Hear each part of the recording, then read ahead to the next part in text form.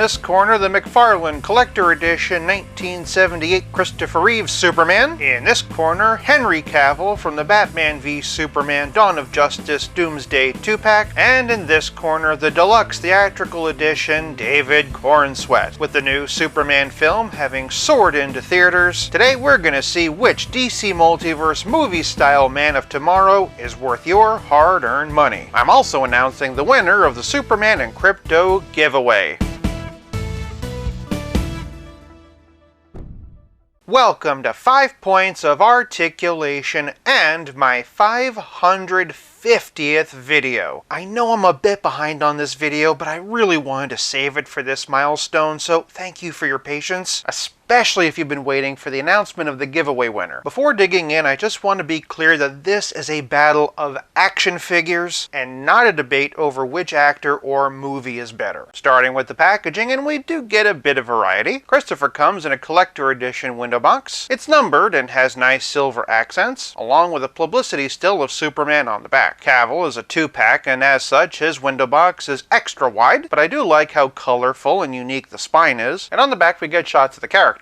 Henry being a publicity still, and Doomsday merely being a screen grab. Corenswet's packed in a new Deluxe Theatrical Edition style box. This line has metallic blue accents, and while the back has artwork inspired by the movie, the spine on this one is the most colorful and creative I've seen from any DC Multiverse figure. I would love to see more of this moving forward. Each one has a bit more effort than usual, and while I do prefer a photo as reference for a live action figure, in general, the most thought and creativity went into this one. For packaging, this round goes to Corenswet. If you're enjoying this video so far, do me a favor and give it a like. And if you'd like to support my channel so I can make even more content, link to my coffee in the description below. Moving on to presentation, and I'm going to do something different this time and break this category down into subsections. 5, of course. Those sections being height, facial likeness, overall proportions, general sculpt and engineering, and then color/paint job. In real life, Christopher Reeve stood at 6'4", as is David Corenswet, with Cavill clocking in at 6'1". The figures, however, are a bit inconsistent. In a 1/10 scale like this, a 6-foot man should be 7 inches on the dot. With that in mind, 6'4" Christopher Reeve stands at 7 3/8 inches, or 19 centimeters, which seems about right. Henry, however, is 7 1/4 inches, which is still a bit tall, but still in a close enough range. For my metric friends, that's 18.5 centimeters. But Corenswet, who's as tall as Christopher, actually comes just under 7 1/4 inches, or only 18 1/4 centimeters. Cavill is close, but the most accurate height goes to Reeve. Next, and let's talk about likeness. Out of all of them, and Henry Cavill's likeness is the weakest. Not only does it not really look that much like him, but they made his skin look really peachy pink, almost like he has a sunburn. Granted, that's more of a conversation for color and paint. I do think David's is decent. It does suffer from the seam line running down the side of the face to accommodate those swappable plates, but straight on I do see it. For my money, the best likeness has got to be Christopher Reeve. The right eye on mine was stamped a little bit off center, but in general I think this is one of McFarlane's strongest likenesses, and it really benefits from that waxier plastic. All three have their strengths, but likeness goes to Reeve. Where the 1978 figure struggles is proportions. Having trained with David Darth Vader Prowse, Christopher Reeve got pretty big for his time. The figure, by contrast, lacks a lot of that definition, though I'd argue it's a lot better than people give it credit for. In general, and Cavill's proportions are better. Overall, he's much more muscular, and those details have been sculpted, though I can't help but wonder if maybe the figure should be ever so slightly wider. To be honest, a bit something closer to what McFarlane did with Corenswet. Overall, the proportions are good, but they did seem to cinch the waist a bit. In fairness, though, that was probably more to accommodate articulation. Either way, and for proportions, I think Cavill comes the closest to what we saw on screen. But what about the costume itself? One thing that really helps Cavill and Corenswet are all the different textures and seam lines. McFarlane, as always, has done a phenomenal job on that, and those details go a long way to down downplay how obvious the articulation is. That's one reason I don't mind the trunks. Now that we've had Superman without trunks, we'll probably be debating forever whether or not he's better with or without them, but as an action figure, this does a much better job of minimizing the joints than this. I'll also say McFarlane did a much better job integrating the ankle articulation on David than Henry, with his old style ankle balls looking like he's got gout. That's one area where Christopher excels, but in this figure's defense, it's fighting an uphill battle in this section. Christopher Reeve might be the most comic book accurate of the trio, but the lack of seams and textures makes all the joints really stand out, so the articulation really distracts. That's not to say they didn't do a good job on things like the logo, or the seams and wrinkles in the boots, but then they went and sculpted these cuffs that aren't screen accurate, and the thing is, when you have so few details, every one of them counts. As a fan, the purist in me is always going to lean toward Christopher's suit, but while I do think I like Cavill's costume better on screen, in terms of translating the uniform into action figure form, I've got to give this one to Corenswet. Where I can't give it to him, however, is in color and painting. I like the figure, but in terms of screen accuracy, it really does need to be a brighter blue, and call him Supergirl's Cap, because this logo is streaky, and the color of the wrist balls don't actually match the hands, so it almost looks like he's wearing a pair of leather gloves. As for Henry, I've already talked about how they made his skin too dark and ruddy, but while I do like the metallic red and gold for the logo, Henry actually wore a metallic armor underneath the bodysuit, so really the whole thing should be metallic. The high gloss kind of compensates for that, until you look at things like the knees and elbows, which unfortunately really stick out. Personally, I wonder if Reeve isn't maybe a bit too glossy. It's also a huge missed opportunity for the wrist balls not to be flesh tone. Overall though, these bright colors are a perfect representation of what we saw on screen, meaning that at 3 to 5, not only does he get the color section, for presentation, this round goes to Reeve. Moving on to Poseability, and they all have the same joints, so like critiquing the actors themselves, it all comes down to range. Looking up is pivotal for a flying character, and Superman in particular. All three are pretty even Steven. For perspective, and here they are looking straight, and as we can see, looking down is pretty equivalent as well. Henry, however, gets a slightly deeper tilt than the others, but all three can spin all the way around. Moving on down, in the lowest arm raise goes to Corenswet, followed by Christopher, with Cavill being the only one who can clear 90 degrees. That said, all three have shoulder rotation, all three supes has a rotator cuff, with Reeve having the best range, and Cavill coming in third. Working our way down the arm, and no one has any problem with bicep swivel, and while all three have double jointed elbows, Christopher has the deepest bend. That said, all three forearms are pretty much flush with the bicep, with Cavill simply having the thickest arm. Of course, everyone has wrist balls that can swivel and hinge in any direction, but Christopher has the deepest bend in that department, with Corenswet having the worst. Moving to the middle, and all three have a diaphragm joint and a dumbbell waist, with Henry having the deepest arch back, followed by David, and then Christopher coming in clutch. Cavill, unfortunately, can't really crunch forward, though in fairness, Christopher and Corenswet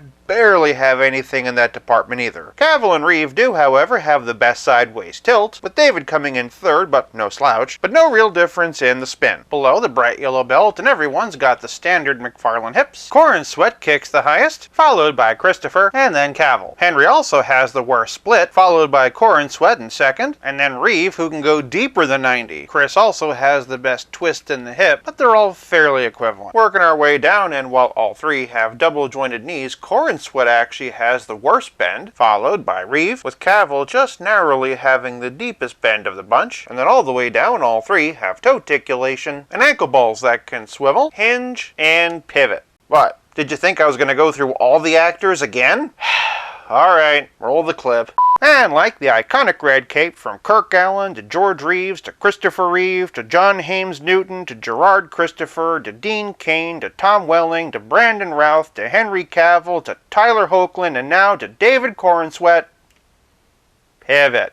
Similar as they may be, one name kept coming up with slightly better range, putting everyone on the board. For Poseability, this round goes to Cavill. Moving on to Playability, and naturally each one has a trading card and a figure stand. Additionally, and all three have soft goods wired capes. Reeve and Corenswet correctly have S's on the back, but it is worth noting that for those of you who prefer a plastic cape, David and Henry are available with those options. Next up, and let's talk about hands. Reeve has the most hands, starting with with his fists, a pair of flight hands, a pair that works for relaxed and grabbing, a more gesturing left hand, a pointing right hand, a more open right hand, and a crystal holding left hand complete with crystal. Not only is this great for Superman, you can use it on other figures as well for a great effect. Corenswet is unfortunately lacking in this department. He does have a right-handed fist, which is good, but his left hand is more gestury and grabby, which wouldn't be a problem but for the fact that he otherwise only comes with a pair of flight hands. As such, he can never really stand in a truly neutral pose. Ideally, I would have liked it if he came with 2 fists, 2 open or grabby hands, and 2 flight hands. At the very least, 2 fists would have been preferred. And then once again, the color of the hand doesn't match the color of the wrist ball. Luckily, Cavill fares better. He comes with 2 fists, a wide open right hand, a less wide but nonetheless open left hand, a pointing right hand, and an accessory holding left hand. The accessory holding hand is for the Kryptonite spear. It's been sculpted mostly fine, but like other DC Multiverse tridents, staffs, and hammers, is all bent and warped out of shape. The good news is if you have Cavill, you can use his hands for Corenswet. Color-wise, however, they aren't a perfect match. One thing that Henry does not have that would have been cool are additional heads. Reeve has a disheveled, angry one that they also used for the Platinum Edition. Instead of alternate heads, Corenswet comes with 3 alternate faces. There's the same face but with pointier eyebrows, the same face with slightly more scrunched eyebrows, and the same face with the eyes painted for heat vision. As I said in my standalone video, I really wish they would have swung for the fences with some more dynamic face options, more like they did for Lex Luthor. What David does have is Crypto the dog. This scruffy scamp has been very well sculpted. As always, McFarlane's done a top shelf with the fur and the dog anatomy. He's got a lot of personality, along with articulation in the neck, and a soft goods cape complete with symbol. Cavill, of course, comes with his own companion, Doomsday. This mega fig towers over the Man of Steel and has been exceptionally well sculpted. There's also a lot of paintwork to bring the details out. Admittedly, the articulation's a bit limited, and I'm not crazy about the diaper, but with BVS being almost 10 years old, I'm pretty glad we got him. Of course, playability is more than just heads, hands, cards, capes, and companions. It's also about how well your figure plays with others. Unfortunately, aside from the Platinum Edition of Corrupted Superman from Superman 3, there aren't any other figures directly for Christopher Reeve to play with. Naturally, a lot of us want to pair him with Michael Keaton, and I suppose some might put him with Adam West, though I personally think George Reeves' Superman would be the better matchup there. If you squint hard enough, I guess you could pretend this is Helen Slater. It is, however, a custom I got off of eBay. For my money, though, I'd love to see other characters from this series, and even other classic live-action actors like John Wesley Shipp or Linda Carter. The DCU is only just getting started, and already we do have a few more characters, but even from Superman 2025, there are several characters we haven't gotten in figure form yet. There are those hoping for Robert Pattinson's Batman to join the DCU, and while I don't think that's gonna happen, I am open to it. I'd much rather start out with a new Batman and grow with him instead of having one that already went through all of his Robins and has a Damian. Similar to Christopher, and Cavill has his own dark suit variant. He also has an extensive Batman v Superman wave to go with, even more thorough and in-depth than the new Superman movie. Granted, a lot of that's because of Batman, but once you factor in the rest of the Justice League, as well as the rest of the DCEU, and in terms of comparisons, there really is no comparison. Christopher has the best accessories, and thanks to his screen-accurate height, scales the best. Henry, however, simply has more other figures to mix and match with. Well, for now. For playability, I'm going to meet in the middle and call this round a draw between Reeve and Cavill. So, are we just forgetting about me, or what? This leaves us with nothing left to discuss but the price. At the time of his release, Reeve was only $30, but now goes between $50 and $70. The Doomsday 2-pack is still available on Amazon for only $70, but on the aftermarket goes up to $100. Counting Doomsday as a $40 mega fig, that means that Superman himself is technically only $30, but you still have to buy into the 2-pack to get him. Being the new kid on the block, Corenswet is readily available for retail right now at $34.99. Even so, I'm still giving one away to one lucky subscriber, and it's time to announce the winner. Using pickawinner.com to sift through all the valid entries, Superman and Crypto goes to Toby Kester 9. Congratulations on your win, and a huge thanks to everyone who participated. To claim your prize, email me at 5poainquiries@gmail.com within 1 week of this video going live. If after a week I don't hear from you, I'm gonna have to pick another winner. The good news is that if $34.99 is too steep for you, there are a couple of other options. Those include a single carded version with a rubber cape and fewer accessories for $25, and a Ross exclusive blister card version with no accessories for even less. In terms of character specific piece count, I still think Reeve is probably the best bang for your buck, though the Doomsday set does have a lot of value. Even so, based on availability and multiple price point options, this round goes to Corenswet, meaning that this battle is a three-way tie. If it came down to personal preference, I think the Christopher Reeve figure is my favorite, but each one of them is worth owning and celebrating, and I genuinely hope that McFarlane rounds out the collection with George Reeves, Brandon Routh, and Tyler Hoechlin. If he does, you can best be sure I'll be here to talk about it. In the meantime, sound off in the comments below and let me know your favorite, and for more Superman videos, check out one of these. Until next time, play nice and have fun.